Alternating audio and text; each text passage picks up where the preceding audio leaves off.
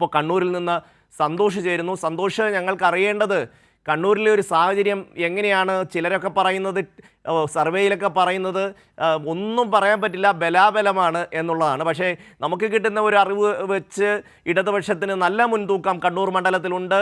MP Jayarajan അവിടെ പാട്ടും പാടി ജയിച്ചു വരും എന്നുള്ള വാർത്തകൾ തന്നെയാണ് വരുന്നത്. എങ്ങനെയാണ് സാഹചര്യം?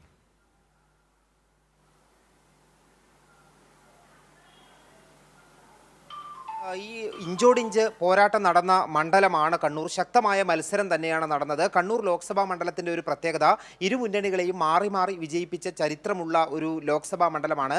ഏതായാലും ഈ തിരഞ്ഞെടുപ്പുകളിലെ അഭിപ്രായ സർവേകളും എക്സിറ്റ് പോൾ ഫലങ്ങളും LDFന് ഒരു മുൻതൂക്കം പ്രവചിച്ചിട്ടുണ്ട് എന്നുള്ളതാണ് ഏറ്റവും പ്രധാനപ്പെട്ട കാര്യം. LDF ക്യാമ്പിലും വലിയ ആത്മവിശ്വാസം തന്നെയാണുള്ളത്. ചില പ്രധാനപ്പെട്ട കാര്യങ്ങൾ LDF ക്യാമ്പ് ഇത്തവണ വിജയം ലഭിക്കും എന്ന് പ്രതീക്ഷിക്കുന്നതിനുള്ള പ്രധാനപ്പെട്ട കാരണങ്ങൾ, ഒന്ന്, മലയോര മേഖലയിൽ പ്രത്യേകിച്ചും കോൺഗ്രസിന്റെ ശക്തി കേന്ദ്രങ്ങളിൽ കെ സുധാകരനെതിരായ വലിയൊരു വികാരം തിരഞ്ഞെടുപ്പ് ഘട്ടത്തിൽ പ്രകടമായിരുന്നു. അത് പോളിംഗിൽ പ്രതിഫലിക്കുകയും ചെയ്തിട്ടുണ്ട്.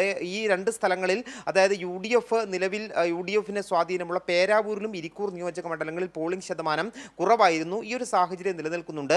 MP എന്നുള്ള രീതിയിൽ കെ സുധാകരന്റെ മോശം പ്രകടനം തിരഞ്ഞെടുപ്പിൽ ഉയർത്തിക്കൊണ്ടുവരാൻ LDFന് സാധിച്ചിട്ടുണ്ട്. അതുകൊണ്ട് തന്നെ അത് ഒരു അനുകൂല ഘടകമായി LDF പ്രതീക്ഷിക്കുന്നുണ്ട്. മതേതര വോട്ടുകൾ ഇത്തവണ LDF സ്ഥാനാർത്ഥി MP ജയരാജനാണ് ലഭിച്ചത് എന്നുള്ളതാണ് പൊതുവെയുള്ള ഒരു കണക്കുകൂട്ടൽ. കാരണം മതന്യൂനപക്ഷങ്ങളുമെല്ലാം ആയി വളരെ അടുത്ത് ഇടപഴകുന്ന ഒരു നേതാവാണ്, കണ്ണൂർ ജില്ലയിലെ നേതാവാണ് MP ജയരാജൻ. അത്തരത്തിലുള്ള വോട്ടുകൾ അനുകൂലമായിട്ടുണ്ട് എന്നുള്ള വിലയിരുത്തലുണ്ട്. അതുകൊണ്ട് തന്നെ LDF ക്യാമ്പ് വളരെ ശുഭപ്രതീക്ഷയിൽ തന്നെയാണുള്ളത്. അതേസമയം UDF പങ്കുവെക്കുന്ന പ്രതീക്ഷ, കണ്ണൂരിന്റെ ഒരു പൊതുവെയുള്ള ചരിത്രം പരിശോധിച്ചു സന്തോഷം, ഇനി 12 മണിക്കൂർ മാത്രം കാത്തിരുന്നാൽ മതി. എന്തായാലും ഇടതുമുന്നണി സ്ഥാനാർത്ഥി ബഹുദൂരം മുന്നിലാണ് കണ്ണൂരിൽ എന്നുള്ള വാർത്തയാണ് സന്തോഷ് നൽകുന്നത്.